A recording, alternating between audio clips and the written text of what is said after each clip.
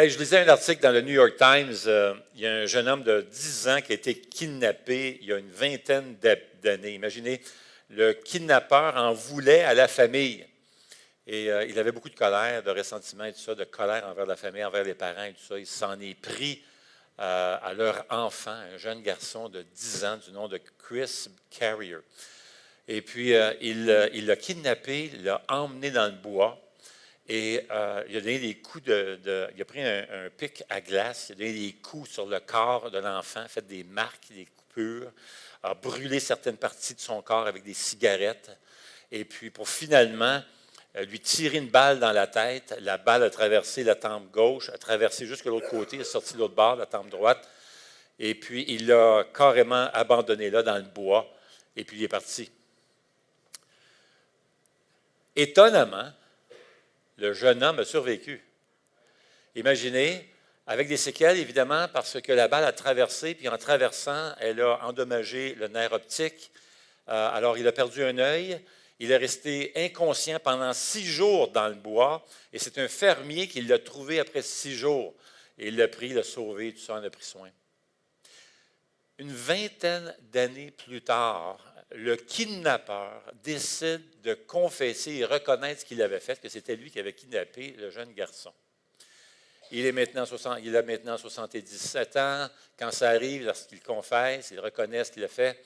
77 ans, et on n'avait jamais trouvé le kidnappeur, là. Ça faisait une vingtaine d'années, puis il était maintenant dans une résidence de personnes âgées et laissé seul. Il n'avait pas aucune visite et tout ça.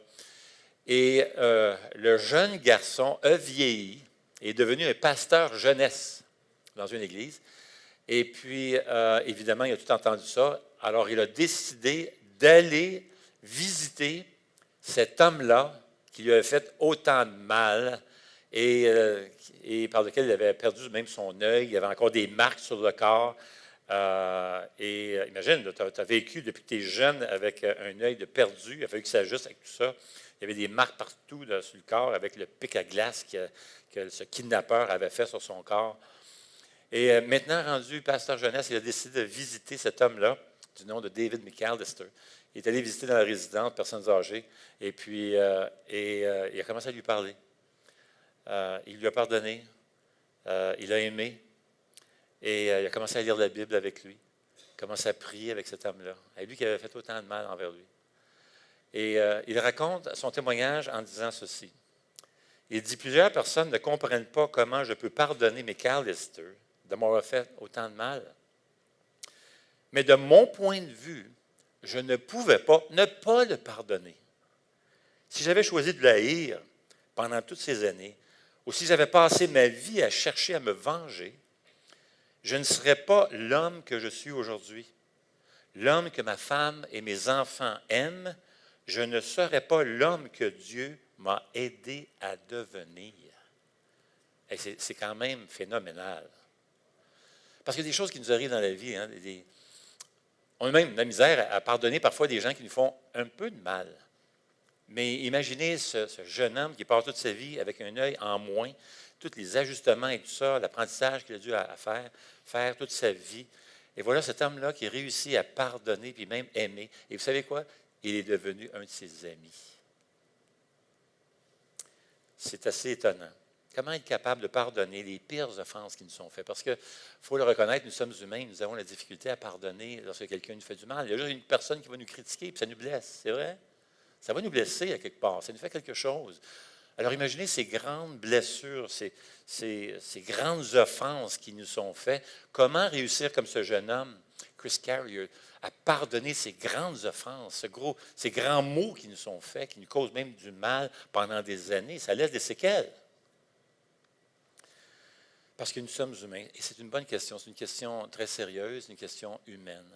D'ailleurs, les disciples comprenaient ça, comment ça pouvait être difficile, le pardon.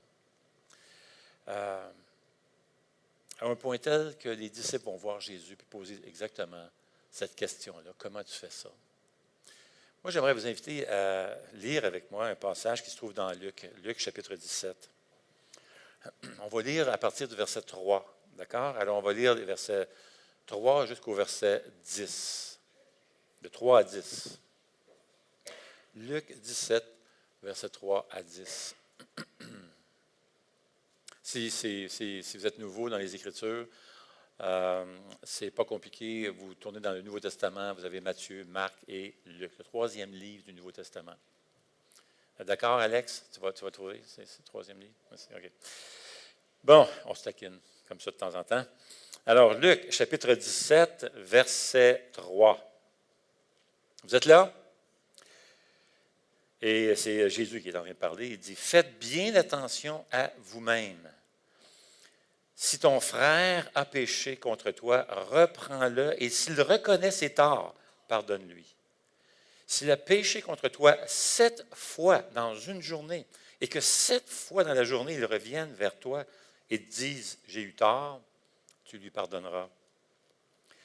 Les apôtres dirent au Seigneur, « Augmente notre foi. » Le Seigneur dit, « Si vous aviez de la foi comme une graine de moutarde, vous diriez à ce mûrier, déracine-toi et va te planter dans la mer, et il vous obéirait.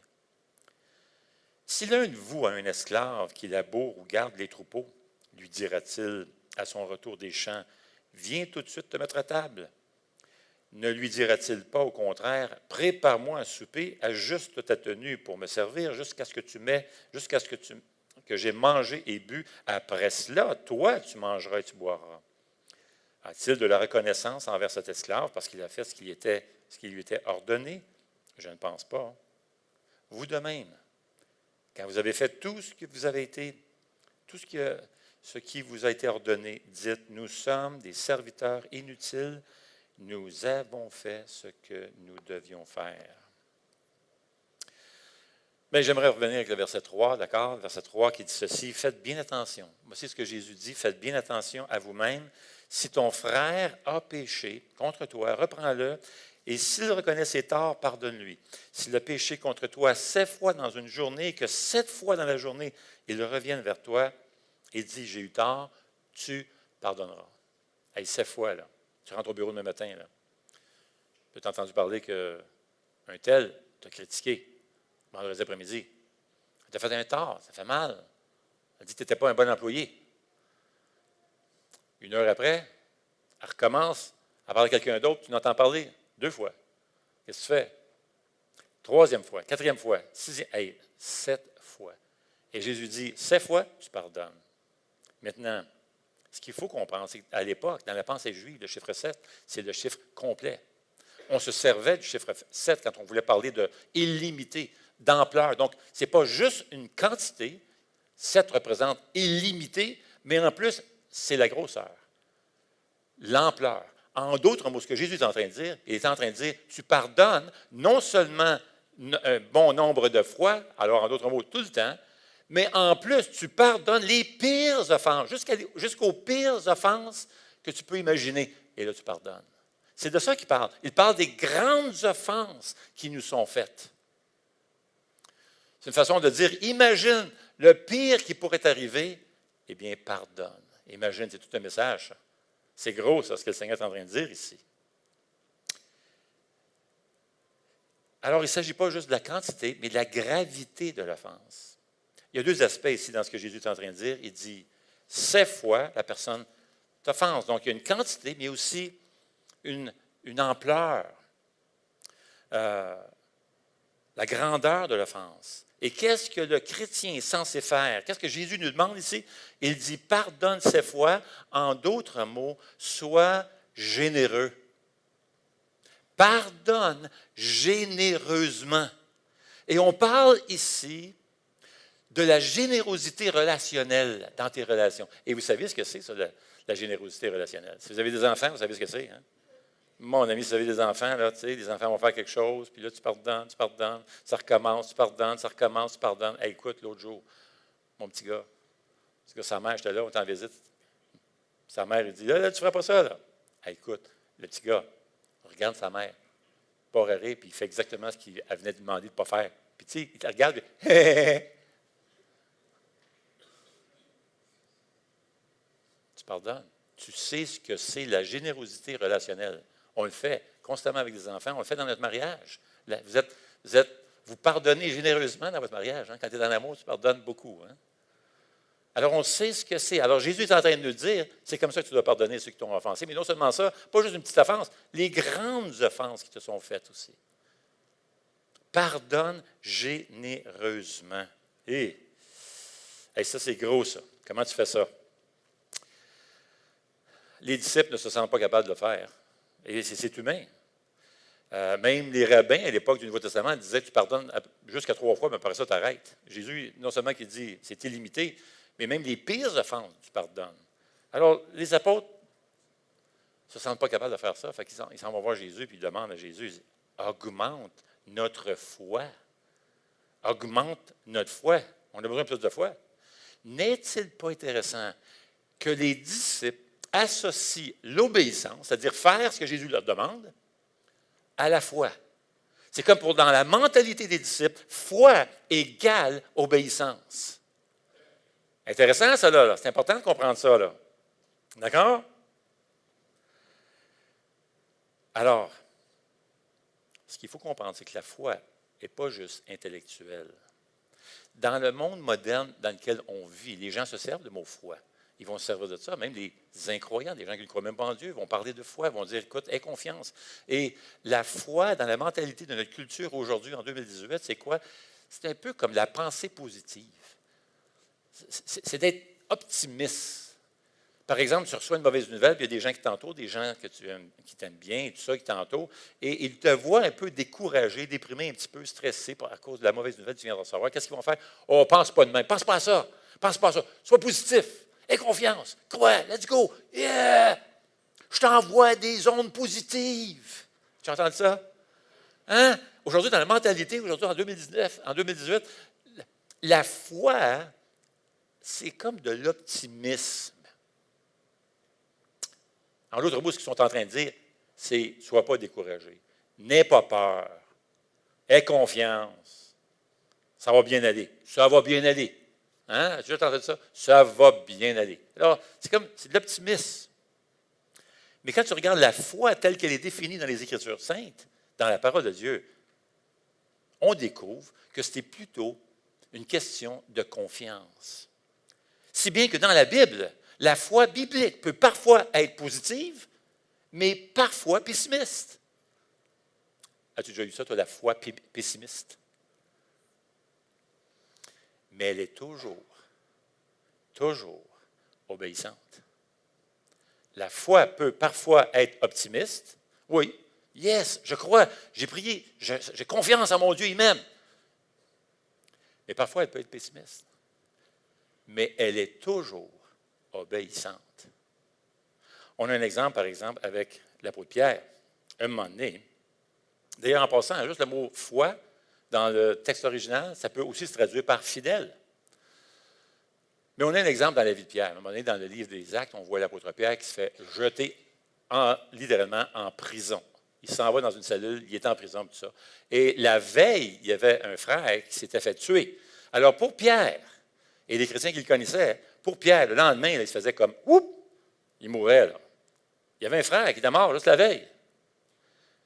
Mais là, les chrétiens décident de se rassembler, puis ils vont se réunir ensemble pour prier. Donc, les chrétiens sont ensemble, commencent à prier, fait qu'on va prier. Maintenant, n'oubliez pas, il ne faut pas oublier le contexte. Là. Il y a quelqu'un qui vient de mourir là, la veille. Alors, pour eux autres, Pierre va probablement mourir. Donc, pourquoi il prie? Eh bien, certains vont prier pour qu'il ait du courage, peut-être témoigner des gens autour de lui dans la prison. Peut-être d'autres prient pour qu'il ait du courage à faire face à la musique le lendemain, quand il sera mis à mort, qu'il puisse glorifier Dieu par son témoignage. Et certainement, il devait y en avoir quelques-uns qui priaient pour qu'il soit délivré. Mais, on va voir la suite, il y avait des doutes. Beaucoup de doutes. On était pessimistes, une fois pessimistes. À imaginer, les chrétiens sont réunis, sont en train de prier. Ils sont tous là ensemble, ils sont en train de prier. Là. Ça prie. Hey, Seigneur, et tout ça, mets ta main sur Pierre, donne-lui du courage, tout ça. Pendant qu'ils sont en train de prier, en même temps, Pierre est en prison. Puis là, un ange vient dans la cellule et ouvre les portes, les chaînes de Pierre tombent à terre et il sort de prison, là. Puis il se retrouve en plein milieu du boulevard Melonnet.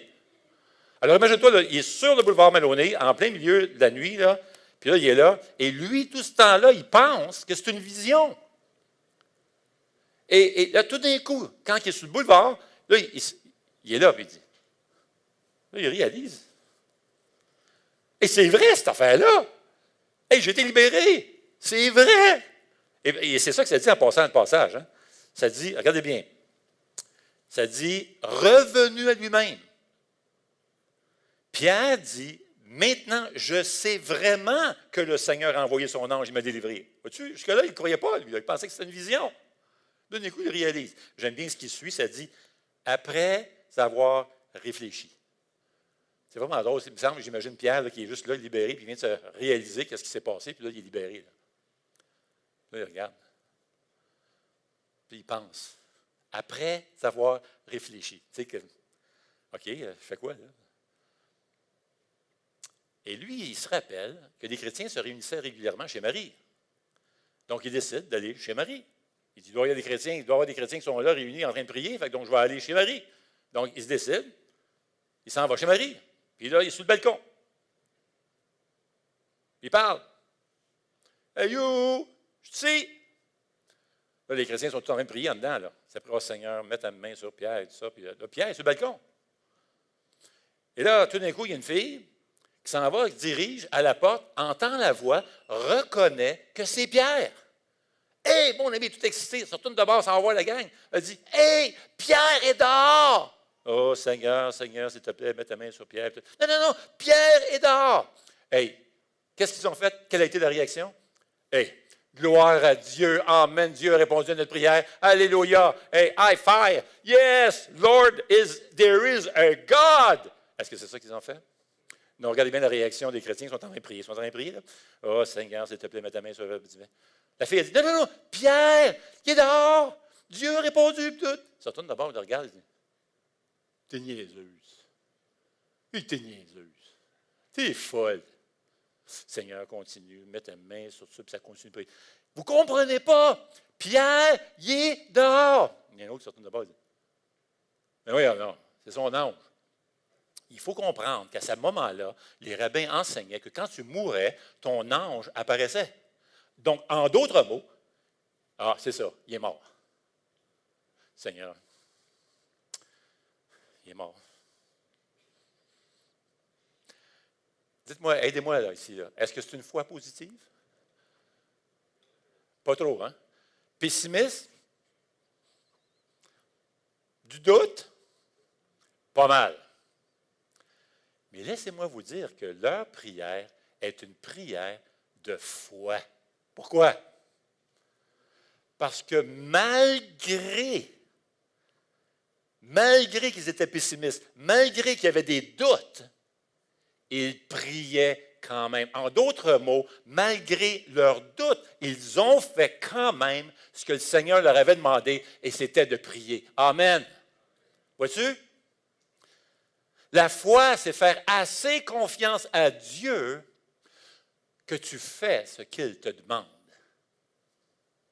Que tu sois positif, négatif, pessimiste, tu fais ce qu'il te demande. Avec tes doutes? Oui, avec tes doutes. Parce qu'il faut savoir que le doute n'est pas toujours contraire à la foi. Wow. Non, mais attends un peu. Là, j'en ai quelques-uns, là. Vous allez me dire, Normand, moi, je me rappelle un passage dans le livre de Jacques, un passage dans Jacques qui dit, si tu pries puis tu doutes, le Seigneur ne te répondra pas, là. Bien, on va aller voir ça. OK? On va aller voir ce passage-là. Qui dit quoi? Jacques 1. Maintenant, il faut savoir qu'il y a deux genres de doute. Il y a le doute qui refuse d'obéir à la parole de Dieu, et il y a le doute qui obéit quand même à la parole de Dieu. D'accord? Deux genres de doute. Jacques 1, 5. Voici ce que ça dit. Si l'un de vous manque de sagesse, et il faut comprendre que la sagesse dans les Écritures, dans la Bible, ce n'est pas juste une question intellectuelle, puis philosophique, puis être pas mal intelligent et tout ça. Non, la sagesse dans la pensée juive, c'est le moyen par lequel je discerne et je fais la volonté de Dieu. Donc, je discerne quelle est la volonté de Dieu, mais en plus, je la fais. D'accord? Ça, c'est la sagesse dans la pensée juive. D'ailleurs, chez les Juifs, si tu sais quoi faire et tu ne le fais pas, tu n'es pas vraiment brillant. Chez la pensée juive, c'est discerner et faire. Ça va ensemble. D'accord? Alors, Jacques est en train de parler à des chrétiens qui passent un mauvais quart d'heure. C'est des chrétiens qui sont dans la persécution et c'est tough, c'est dur. Alors, comment tu réagis là-dedans? Comment tu vis ça? Qu'est-ce qu'on fait? Alors, ce que Jacques est en train de dire, regarde, tu es en train de passer à travers un moment tough. Il y a des gens qui te font du mal, ils ont tout arraché. Peut-être tes biens chez vous et tout ça. Comment tu vas agir? Alors, Jacques est en train de dire, si l'un de vous manque de sagesse, qu'il la demande à Dieu, qui donne à tous simplement et sans faire de reproches, et elle lui sera donnée. Verset 6 continue en disant, mais qu'il la demande avec foi, sans douter, car celui qui doute ressemble aux vagues de la mer que le vent soulève et agite de tous côtés. Qu'un tel homme ne s'imagine pas qu'il recevra quelque chose du Seigneur. C'est un homme partagé, instable dans toute sa conduite. Voici comment on comprend ce verset-là normalement. Quand tu pries, tu as besoin de ne pas douter, mon ami. Parce que si tu doutes, tu ne recevras rien. Pas vrai qu'on comprend ça de même? Alors que nous, on voit ça, on dit, est-ce que je doute que Dieu va répondre? C'est comme ça qu'on comprend. Non. Ce n'est pas je doute que Dieu va agir. Ce que le passage dit, c'est est-ce que tu doutes comment tu vas agir? C'est une grosse différence. Voici ce qu'il est en train de dire ici. D'accord? Ce n'est pas le doute si Dieu va répondre, c'est le doute si toi tu vas répondre. Robert, et il y a un commentaire qui explique vraiment ce passage-là et qui nous aide à comprendre qu'en dans le fond, ce qui est questionné ici, c'est ta décision, ta conviction d'agir en fonction de ce que le Seigneur va te dire. En d'autres mots, ne sois pas chambranlant. Ne doute pas dans le sens que tu as un pied sur le bord du monde puis tu as un pied dans le Seigneur. C'est tellement tough. Tu as de la pression que tu as le goût de balancer la serviette, tout lâcher, puis t'en aller. Le Seigneur est en train de dire, si tu es comme ça, si tu doutes ce que tu vas faire, prie même pas. Tu perds ton temps. Parce que le Seigneur sait que tu es à la veille de tout lâcher, puis t'en aller, de toute façon.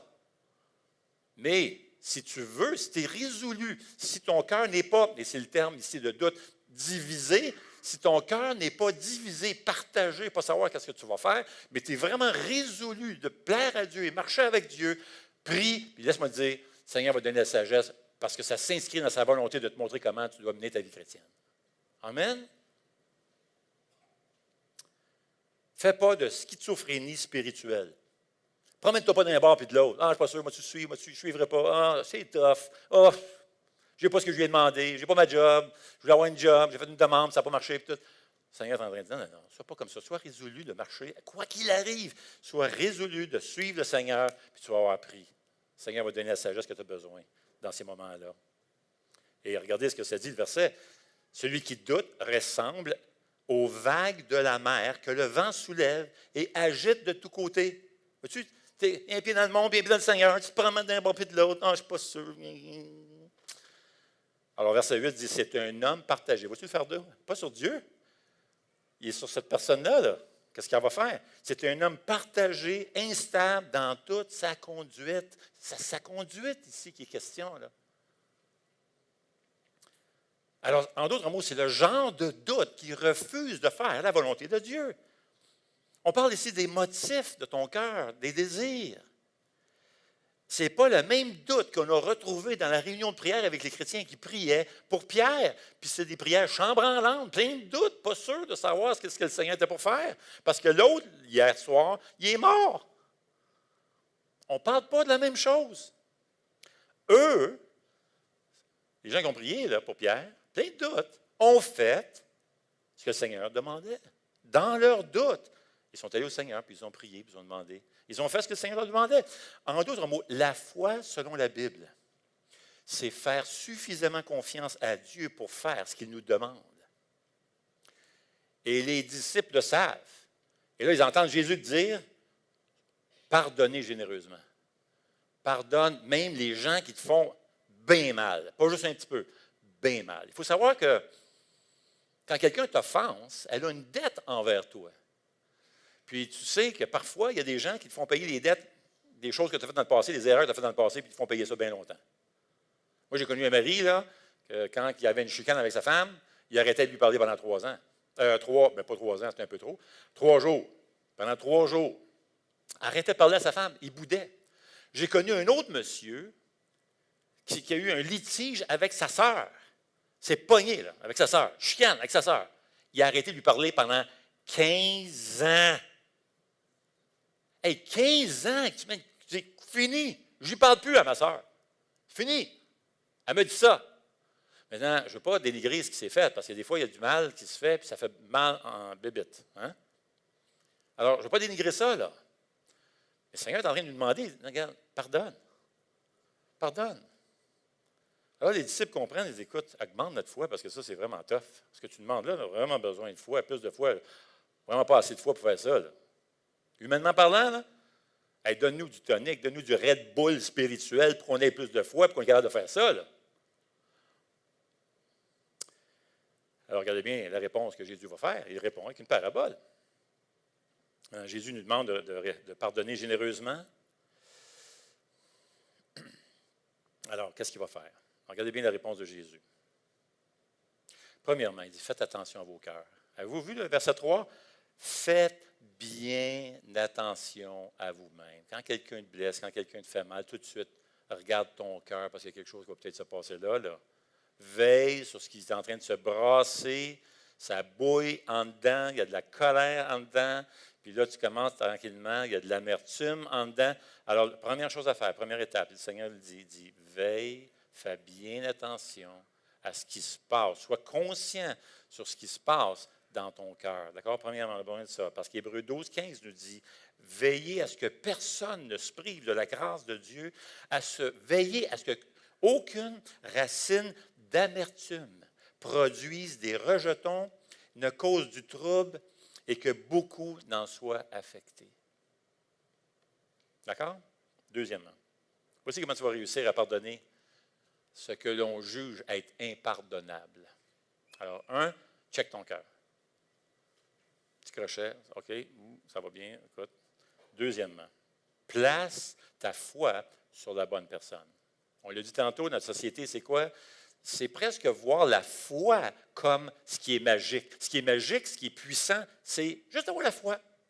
C'est pas important en quoi tu la mets, c'est juste la foi. Tu as de la foi? Parfait, ça va bouger. Non. Il faut que tu mettes ta foi sur la bonne personne, sur Jésus-Christ. C'est ça le point. Jésus-Christ est la puissance. Jésus-Christ est le roc. C'est lui. C'est en lui que tu dois placer ta foi. Verset 6, le Seigneur dit, « Si vous aviez de la foi comme une graine de moutarde, vous diriez à ce mûrier, déracine-toi et va te planter dans la mer, et il vous obéirait. » En d'autres mots, avec Jésus, ce n'est pas le manque de foi qui est ton problème. C'est vraiment intéressant parce que Robert Stein a fait une analyse sur la phrase dans l'original et conclut que la façon que c'est formulé dans l'original, ce que Jésus est en train de dire, c'est que non, le problème, ce n'est pas de la foi, vous n'avez assez de foi. Tu en as assez. Donne-nous plus de foi. Non, tu en as assez. Pas besoin de plus. Ce n'est pas de la foi que tu as besoin. Là.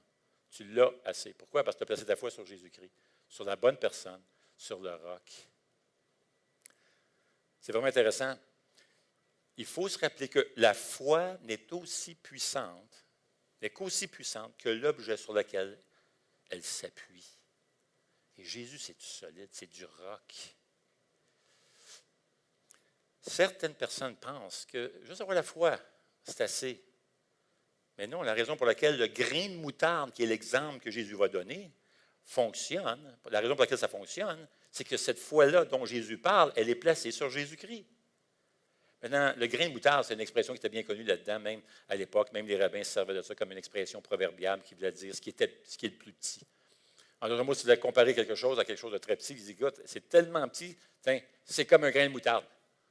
On se servait de ça couramment, en voulant dire, c'est petit, petit, petit, petit. Jésus dit, écoute, vous n'avez assez de foi. Et Jésus dit, si vous aviez de la foi comme un grain de moutarde, en d'autres mots, ça prend juste un petit peu, une petite affaire, là. Puis tu vas déraciner le mûrier. Une expression qu'on a bien connue, qu'on a bien expliquée dans la dernière année. Même expression chez Matthieu qui dit, par exemple, tu as assez de foi, tu vas pouvoir déplacer la montagne. Ici, c'est déplacer l'arbre. Et c'est une expression qu'on employait régulièrement dans nos conversations qui veut simplement dire régler des problèmes. Régler des problèmes, des litiges. D'ailleurs, on appelait un rabbin qui avait réglé bien des problèmes un déracineur de montagne. Ça veut tout simplement dire régler les problèmes. En d'autres mots, tu as un gros conflit. Tu as quelqu'un à pardonner dans le cas ici, dans le contexte immédiat ici.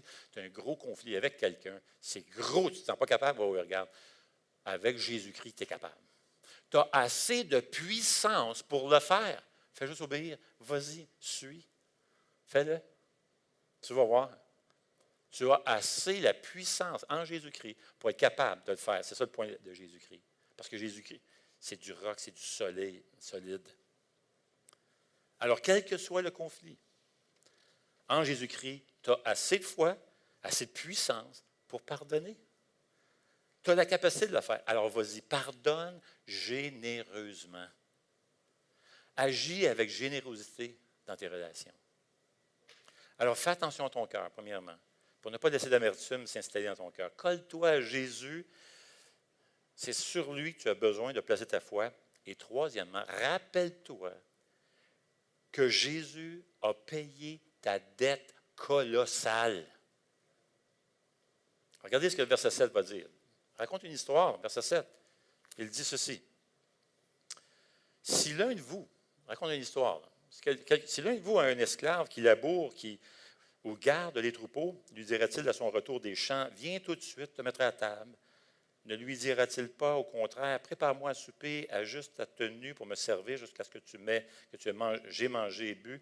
Après ça, tu iras manger et boire. Et le verset 10, Jésus va conclure en disant, vous de même, quand vous avez fait tout ce qui vous a été demandé, dites, nous sommes des serviteurs inutiles, nous avons fait ce que nous devions faire.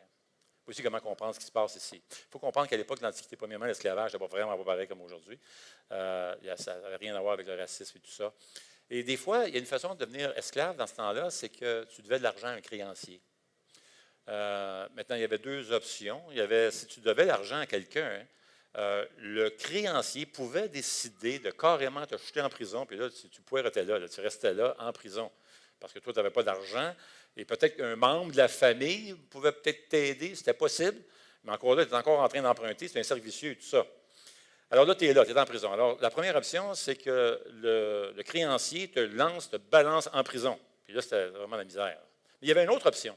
Si ça donnait que le créancier était miséricordieux, c'était patient, c'était miséricordieux, il pouvait te donner le privilège, et c'est un privilège, de pouvoir rembourser la dette que tu avais envers lui en travaillant pour lui. Et ça, c'est gracieux, ça. C'est vraiment d'être généreux. C'est que tu as l'opportunité de dire, regarde, viens, tu travailles chez nous, tu vas travailler, puis là, tranquillement, tu vas pouvoir clairer ta dette. Je te donne ce privilège-là au lieu de te retrouver en prison. Alors, on peut comprendre le contexte. Ce gars-là, là, il arrive à 5 heures, il a fait sa journée. Le créancier n'a pas à lui dire, ben, tu as fait une bonne journée, petit gars, viens-t'en, viens au souper. Non, il va continuer parce qu'il travaille, puis il est en train de rembourser sa dette et tout ça. Donc, pour la personne qui a cette dette-là, il est super content de pouvoir le faire parce qu'il n'est pas en prison. Il peut voir sa femme, ses enfants, tout. Il est là, il est libre dans un sens. Et il continue sa vie parce qu'il n'y avait pas moyen de faire faillite dans ce temps-là. Tu allais en prison, tu payais ta dette, tout ça. Mais... Alors, voici cette personne-là, ce créancier, qui est hyper gracieux, qui est généreux, puis lui permet de rembourser tranquillement sa dette tout en gardant sa liberté. Hey, c'est merveilleux, pas vrai? Super! Alors là, Jésus va faire quelque chose à la fin. Parce qu'au début, c'est vraiment intéressant parce que Jésus va tourner la table. Parce qu'au début, il dit, admettons que toi, tu es un maître. puis il y a quelqu'un qui doit de l'argent, etc., puis tout ça, tu sais. Là, à la fin, il va tourner la table, puis il va dire, vous de même. C'est vraiment intéressant ce qu'il est en train de dire, parce qu'il y a un message derrière ça. Voici ce qu'il est en train de dire. Vous de même, quand vous avez fait tout ce qui vous a été ordonné, dites, nous sommes de serviteurs inutiles, nous avons fait ce que nous devions faire. Jésus raconte cette histoire en réponse à la discussion sur le pardon. Et ce qu'il est en train de dire, ce qu'il est fait, ce qu'il dit en fait, c'est que lorsque tu refuses de pardonner, c'est que tu as oublié qui tu es. Tu es un serviteur qui agit comme un maître. Tout d'un coup, tu es un serviteur qui agit comme le roi. Vois-tu où est-ce qu'il s'en va, le Seigneur, ici? Hey, on doit tout à Dieu, hein? On doit la vie à Dieu, on doit le souffle à Dieu. Dieu nous tient en vie, nous garde en vie, tout ça. Et non seulement ça, on a une méchante dette envers Jésus-Christ, qui a tout abandonné, et qui est venu ici, sur la croix, mourir pour payer la dette colossale que tu avais, que j'avais, envers Dieu. Alors, on a une dette. Mais voilà que Jésus, qui était roi, s'est fait serviteur afin de payer ta dette. Donc, lorsque tu refuses de pardonner, tu agis comme le roi et non le serviteur. Tu n'as pas compris l'Évangile, où tu as une grande dette colossale qui t'a été payée, qui a été payée pour toi. Et c'est ça la beauté de Jésus. Vois-tu, quand tu as de la difficulté, c'est ça le message que Jésus est en train de dire, c'est que lorsque tu as de la difficulté, et c'est tout à fait humain, de pardonner celui qui t'a fait du mal, qui t'a blessé, sais-tu quoi? Regarde Jésus aller à la croix, mourir à la croix, abandonner toute la gloire au ciel pour venir ici comme un simple serviteur, mourir sur la croix afin de payer ta dette. Rappelle-toi de ça. Tu as de la misère à pardonner? Rappelle-toi de ça. Et là, à mesure que la beauté de l'Évangile va se répandre dans ton cœur, tu vas pouvoir pardonner généreusement. Amen.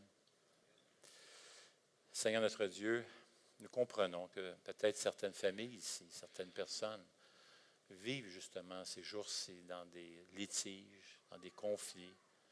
Et ils ont besoin de ta grâce, ils ont besoin de ta bonté. On ne les juge pas, Seigneur. Il n'y a pas de jugement parce que nous passons tous par là. Mais Seigneur, nous voulons te prier que tu puisses mettre un baume sur leur cœur. Je connais une personne dont on m'a parlé récemment qui a presque tout perdu son argent à cause d'un arnaqueur. Et parfois, Seigneur, c'est difficile de ressortir de tout ça, se sentir libre, se sentir bien, parce qu'on peut avoir légitimement plein de colère dans notre cœur, parce qu'il y a des gens qui nous ont fait du mal. On te prie pour ces gens, Seigneur. On te prie pour des gens qui sont à l'Assemblée, ou peut-être même il y a des gens qui nous écoutent sur l'Internet, qui en ce moment sont là-dedans, sont pris dans tout ça. Plein de litiges, des problèmes, et le cœur est lourd. Veuille les bénir et leur faire du bien. Et aide-leur, Seigneur. Remplis leur cœur de ta paix, de la gloire de la croix, de l'Évangile, afin qu'ils puissent, Seigneur, eux aussi, et nous aussi, ensemble, pardonner généreusement. Parce que nous te le demandons au nom de Jésus. Amen. Le Seigneur vous bénisse.